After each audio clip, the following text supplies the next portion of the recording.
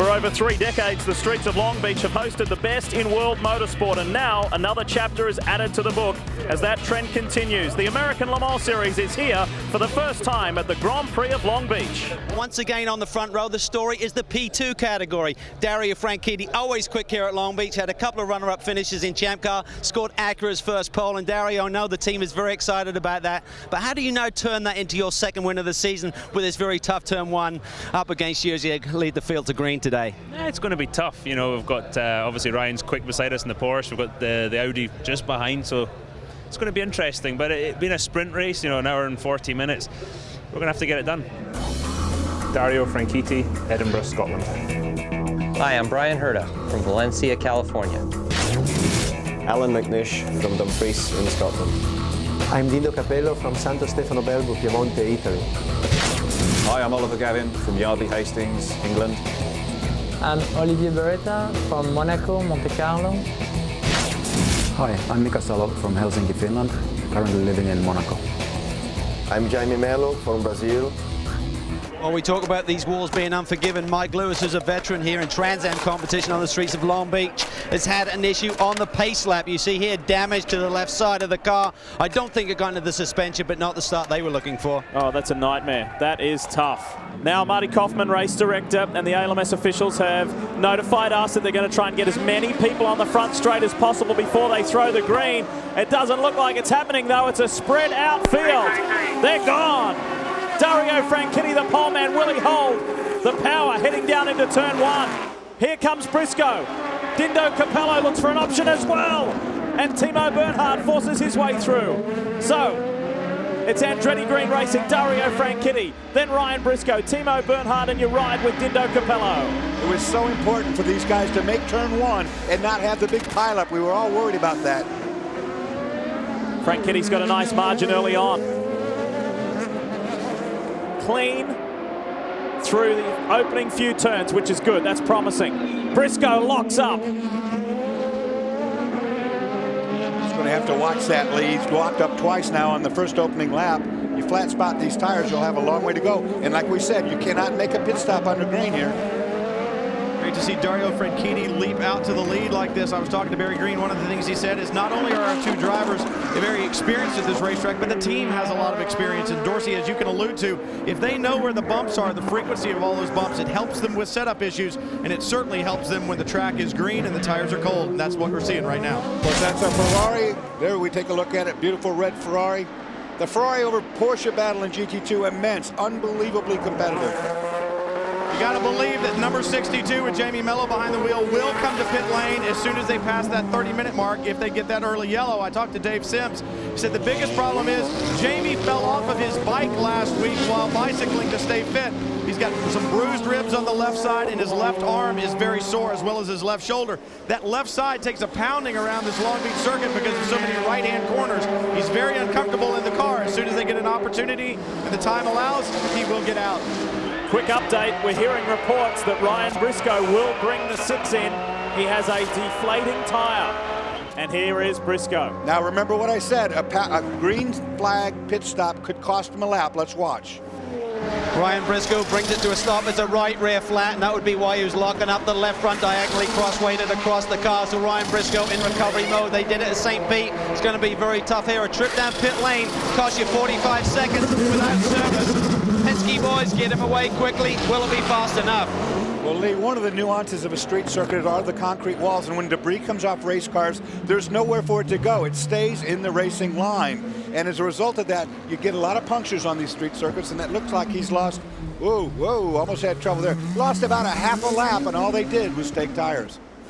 5.2 seconds, the lead margin. Dario Franchitti over Timo Bernhard for Penske Racing.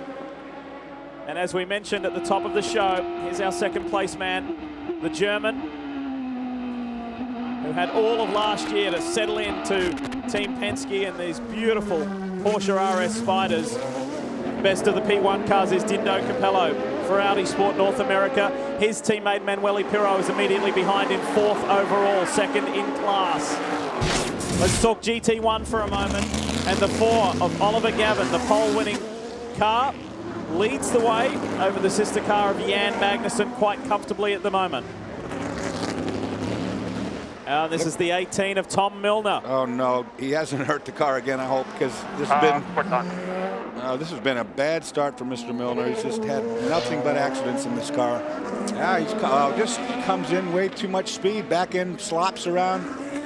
Right, well, we've only been going for just over 18 minutes, so this first full course yellow is not at a time conducive to pit stops and driver changes.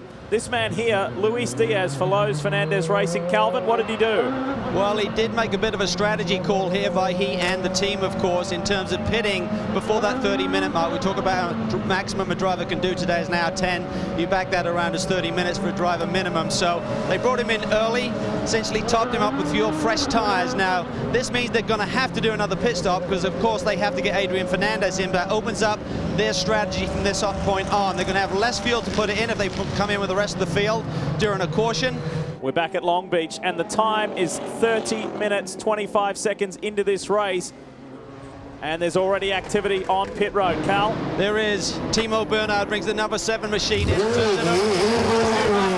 And I just do not understand why the rest of the leaders did not pit, Brian. Well, the 6 car is in also, so Penske bringing both of these guys in. We talked about the driver log time. They're not allowed to do more than 1 hour and 10, so they're right in that window. Sasha Mass and Ryan Briscoe going for 2 in a row here. So the cars up front that did not come in, race leader and P2 leader Dario Franchitti, and neither of the Audis in P1, Dindo Capello or Emanuele Pirro. And Capello dives for pit lane as the green flag flies. Back to racing. I don't understand that call whatsoever. Now it's under green. He can actually go a lap down now. 1 Audi pits, 1 Audi stays out. Oh, and we've got a crash on track. David Brabham in the Highcroft Acura has spun. I think he's not hitting anything though, Lee. I think it's just a simple spin and he's got the engine going.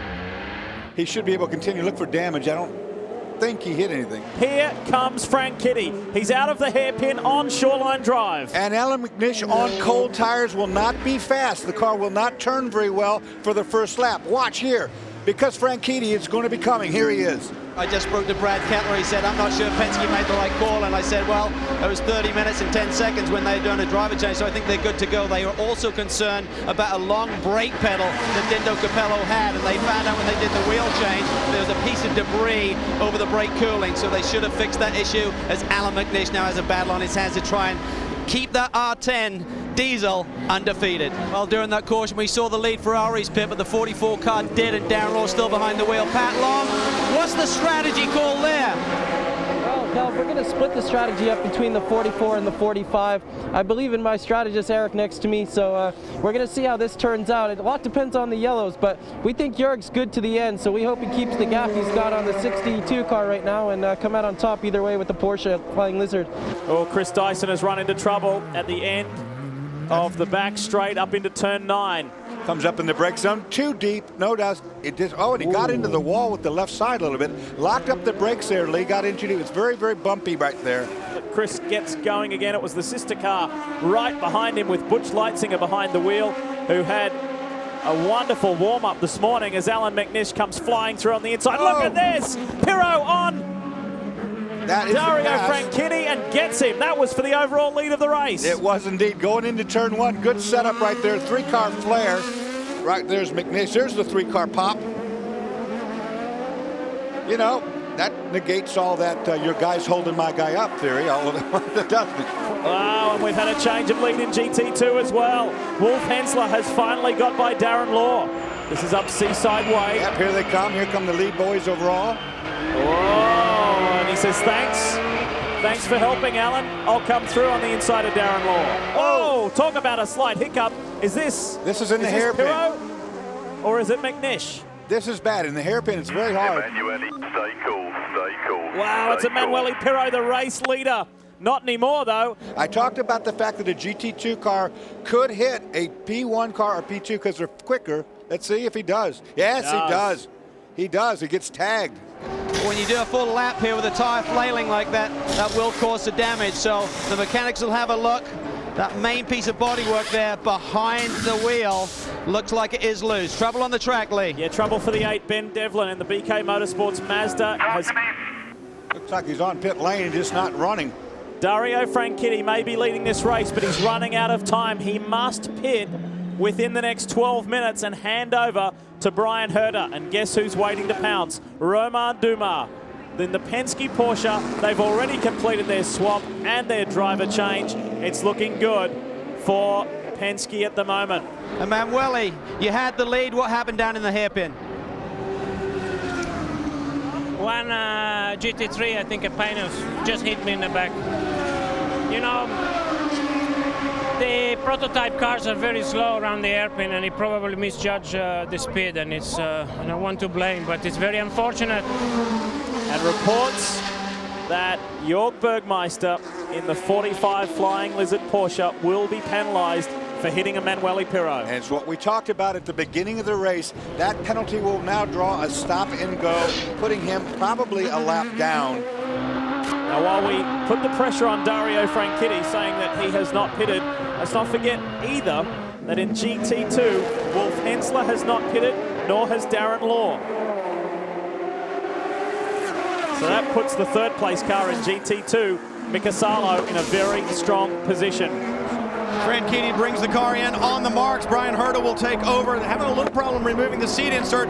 They feel like perhaps they missed the strategy a little early on. I asked Michael Andretti, why didn't you come on the first yellow? He said, I don't know. I don't know. I'm asking myself that question. I did notice part of the under tray a little loose behind the left front wheel. Wow, Fernandez has got Leitzinger. This is good stuff. This is the fight for fourth in the race. Now, Romain Dumas has a 15-second lead over his teammate Sasha Masson. At the moment, first and second, it's a yellow situation. Here's Hensler in. Robin Liddell standing by. Here is Mika Salo, who now leads GT2. He and Jamie Mello look unstoppable in this series this year. Well, we said at the beginning of the show that it was all about the strategy, who did what. And, of course, these guys gambled on a caution they never got. The early pit stop was the wise one. This is the third place car. Adrian Fernandez and Luis Diaz, the co-team owner, in the cockpit right now. Just spoke to Tom Anderson about what you saw on the racetrack. The car did, in fact, shut off. Adrian reset everything, and it seems to be fine right now. But these guys desperately trying to get here without any hiccups and get a strong podium finish. But right now, a lot of concerned faces with the Los Fernandez team. Well, that little glitch has allowed Butch Leitzinger in the Dyson car, you see it right there, to catch up a lot of ground. So Leitzinger now in the hunt for the third place. Now, while things are looking good here for the 7, there is somewhat of a question mark over the driving time of Romain Dumas and exactly when Timo Bernard came in. And unless Romain finishes right on time, as far as in terms of the lap not having to go an extra lap, he may in fact be heavy on his driving time. He may exceed that 1 hour 10 limit by about 20 seconds. If he crosses the checker line too soon, the whole team, this whole car driver lineup will be disqualified because he will have been in the car too long by seconds. Patrick Long has just got by Anthony Lazzaro. He is flying. He's moved up into second position in class now. Oh, he uses one of the prototypes to just switch over behind, makes that pass easily. We believe that Alan McNish may be a little bit shy. He may need to bring that Audi back to pit lane. So this is really rubbing salt in the wound. They're certainly not going to win this thing today. Expecting no tires, of course, with just a handful of laps left. Time stop there. He stalls it. Sticky tires, remember, normally when these guys have done a driver change and pulling out, they got cold rubber. Now, Dumas has slowed at the front end of this field considerably. And you know why he's done that. He let McNish go. You saw that easily. He's trying to time out the end of this race so he doesn't get caught in the car driving too long. It's a splash and go for Brian Herta as well. It's exactly what it is, Lee. Remember, when they came in, they had stayed out longer than anybody else, so they just did a timed fuel stop. The problem, they must not have gotten enough in. Now, Herta, little problem getting it refired, but he's back underway. Another costly mistake. Now, Roman, just go as fast as you can. It sounds like it's timed out. You heard right there. That was Roman, Tim Cindric. Go ahead, go fast as you can. You're in the clear. Oh, this is the Fernandez car. What's the deal here with the Lowe's Fernandez Acura? That takes Adrian out of a podium. Oh, it's not running. I don't think it's got any firepower. Well, Leitzinger is now in third. Brabham is in fourth. Chris Dyson is in fifth. Final 2 turns for Romain Dumas. He and Timo Bernard are poised for their first victory in the 07 season. Cal? Well, on the 15 machine, it is fueled unbelievably. Fernandez may be out of gas, boys. Oh, that's heartbreaking. But it's celebration for the DHL Penske's. Romain Dumas and Timo Bernard take the win at Long Beach and defeat the Audi R10s. The Corvettes are bringing it home, and it will be 1, 2, 3 for the Ollies. Olivier Beretta and Oliver Gavin will get their third win in succession. This is McNish coming across the line. The best P1 car in 7th position overall. And Mika Salo gets the hat trick as well in GT2. He and Jamie Mello do it again for Risi Ferrari. Well, Lee, we can finally confirm, of course, that Timo Bernard and Romain Dumas are the winners here today at Long Beach. And Romain, talk about that. I mean, you've been sitting here waiting to get the confirmation. How much frustration is there in that result? Well, I don't know. I was a first surprised about something about the time, but I was completely sure about my team and the strategies that we adapt. So for me, it was no question. So we won the race, and that's the most important.